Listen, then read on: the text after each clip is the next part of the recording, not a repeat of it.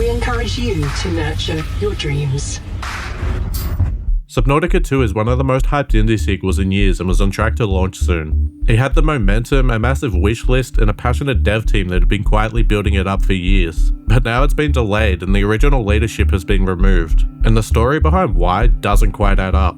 Officially, they're saying it's about quality, but if you start digging into stuff like the timing, the contracts, who's in charge, it starts to look a lot more calculated. Because behind all the PR crap is a choice that might have shattered everything this team was building towards. Not just the game, but the dream. And the reason for it all? Let's just say it rhymes with new fungus infects sticky civilian scholars. Huh? Chew mustard with 50 Sicilian toddlers? Huh? You try rhyming with $250 million. So here's what went down. The South Korean publisher Krafton, best known for PUBG, brought Unknown Worlds back in 2021. That's the studio behind Subnautica, which sold over 6 million copies and basically became the gold standard for survival games. It wasn't some huge AAA production, just a passionate team that built something with a ton of heart. And they ended up making one of the most beloved indie games of the last decade. The sequel, Subnautica 2, is well underway. It's already the second most wishlisted game on Steam, and players were expecting early access later this year. But suddenly last week, Krafton announced that Subnautica 2's early access launch was being pushed out of 2025, with the company stating that some adjustments to the schedule may be required. They didn't give a new release date, but it was later reported that it had been delayed to 2026. Krafton said the goal was to refine development plans and achieve regular milestones, but they didn't say much more than that. Which, okay, that's not unheard of. Games get delayed all the time, we get that. But what's crazy is, in the same breath, they quietly fired the studio's founders, Charlie Cleveland, Max McGuire, and the CEO Ted Gills. There wasn't some big announcement, no farewell messages, no heartfelt thank yous, just a quiet leadership change and a quick thank you for your service. The sort of move that makes you wonder if something way bigger is happening behind the scenes. Stepping in is Steve Papoutsis, which is formerly a senior exec at Striking Distance, which is the studio behind the Callisto Protocol. A game that launched with massive expectations and fell flat. Critics reviewed it poorly and sales didn't meet projections, and the studio was gutted months later. So yeah, putting him at the helm of one of the most beloved indie teams in the industry, that's a choice. And just to really twist the knife, they dropped a brand new trailer today, and in the first 20 seconds it has this line. We encourage you to nurture your dreams. All while Krafton just buried the dreams of the very people who built this game. It's not just ironic, it's PR sleight of hand. Drop something pretty to distract from something ugly. When leadership changes halfway through a project, it's almost never smooth. Suddenly the vision shifts, the priorities change, and the team left behind isn't just finishing the same game. They're trying to figure out what someone else wants it to be now. It's the same chaos we saw with Anthem. Leadership swaps, changing visions, devs stuck halfway through a game that kept becoming something else. It quickly becomes about gluing stuff back together instead of building something. And here's the part that they didn't put in the press release. According to Bloomberg, when Krafton bought Unknown Worlds in 2021, they agreed to an earn-out clause. Basically, if the studio hit a certain revenue goal by the end of 2025, they'd unlock a massive bonus, potentially up to $250 million. And while we don't know the exact breakdown, that bonus wasn't just for the executives. Bloomberg says it would have been distributed among employees, which means the artists, engineers, QA, producers, the people who actually made Subnautica 2. We're not talking about a small bonus either, we're talking about life-changing money. For some, maybe even millions. And they were close, at least from the outside. Everything pointed towards the team gearing up for launch. Wish lists are high, momentum is strong, and the 2025 window looked locked in. But with the sudden delay to 2026, that bonus window closes, the payout disappears. And if that sounds calculated, that's because it probably is. This wasn't just a delay, it was a financial rug pull. And now Krafton's official line is that it has nothing to do with money. That the delay was about quality, that they owe the players the best version of the game. Which would be fine if it actually lined up with everything else, because the devs are saying the game was ready. In a post after being removed, founder Charlie Cleveland called the whole thing a shock, and he made it clear that Subnautica 2 was ready for early access. And if this really was about polish and giving the game time, why fire the people who built it from the ground up? Why replace the leadership that got it to the finish line? You don't pull your best runners off the track with 10 meters to go, unless winning isn't the point anymore. In my last video, I was literally talking about how publishers keep rushing games out the door, pushing half-baked builds just to hit a quarterly target at the expense of the devs. And now, the one time a publisher delays a game, it's still about money. Not because they want to give the devs more time or to protect the player experience, because launching it this year might have triggered a massive bonus payout.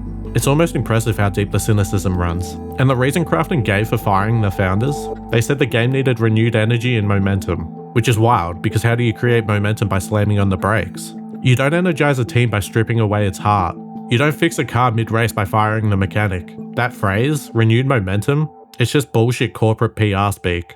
A clean, focused label for a decision that was never about morale. It was about money, just like everything else. Let's talk about who actually gets hurt here. It's not just the leaders who negotiated the Crafton deal. It's the entire team at Unknown Worlds. The people who poured years into this game believing that there was something big waiting at the end. Imagine being a junior artist, you're grinding for years, skipping weekends, picking up the slack when things got tight, and then you start to hear there's a serious bonus on the table, not just for leadership but for everyone. Maybe enough to finally breathe, pay off some debts, set your life up, and then suddenly it just gets ripped away. Not because the game failed or you missed your deadline, but because someone up top decided it'd be cheaper just to hit pause. There's no way to measure how that kind of thing hits a team. I can't even imagine how defeating that must be. These aren't just tools, they're people. The ones who turned underwater survival into something meditative and weirdly peaceful. And when you treat them like budget cuts, you don't just lose their support, you kill their passion. It doesn't just break morale, it breaks people, and then it dares them to keep going like nothing happened. Unfortunately, this isn't new. We've seen moves like this before, where the timing of a restructure, a delay, or a layoff just so happens to line up with internal milestones, where teams deliver a game only to be cut loose right after, where bonuses quietly vanish the moment where people who should be fighting for them are no longer in the room. And every time, the messaging stays the same. It's about quality, it's for the players, we're just trying to make the best game we can. But the people making these decisions aren't the ones who build games, and most of the time they're not even the ones who play them either. They're looking at numbers, risks, targets. From that high up, a dev team isn't a team, it's just something on a spreadsheet. That's how you end up with developers trying to protect the soul of the game, while the people funding it are trying to protect the next earning report. That kind of mindset poisons the industry. It's why so many games today feel like they're afraid to take risks, afraid to be bold, afraid to say something real. Creativity doesn't grow in a boardroom, it comes from teams who have the space to take chances, to care. Unknown Worlds wasn't just another studio. They were a rare kind of team, one that started small, proved themselves, and built something incredible with Subnautica. They turned solo diving into something you felt, made survival feel poetic. They did what so many games fail to do, made silence meaningful, and they earned every bit of the momentum they had. Subnautica 2 wasn't stuck in development hell. It wasn't delayed because of a scandal or a broken engine. The people behind it were proud. They were ready to release it, ready to share it and finally see the reward for all their hard work. But now, the leadership who built it is gone, and the game they fought for is being finished by someone else. Maybe it'll still be good, maybe it'll even be better, but it won't be theirs. And that's the real cost, their vision, their passion, all of it just discarded. And that matters. When I hear stories like this, it pisses me off. Not just as a player, but as someone creative. Because the industry needs its dreamers, its weirdos, the people who care enough to give years of their life to make something meaningful. And when stuff like this happens, when the leadership is cut, the rewards disappear, and the team is left to pick up the pieces, it makes it harder to believe in that dream. Because even if the rest of the team stays, the message is clear.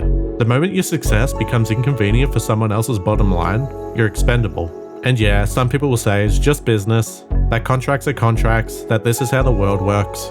But the second we stop caring about how things are done, the moment we shrug and say that's just the way it goes, is the moment we start losing what made this industry worth fighting for. Games are art, but they're also labor, and the people who make them deserve better than this. So yeah, Crafton made a move that might save them a massive payout, but what they really took, you can't count in dollars. Because this wasn't just money, it was belief. Belief that hard work pays off and the late nights mattered.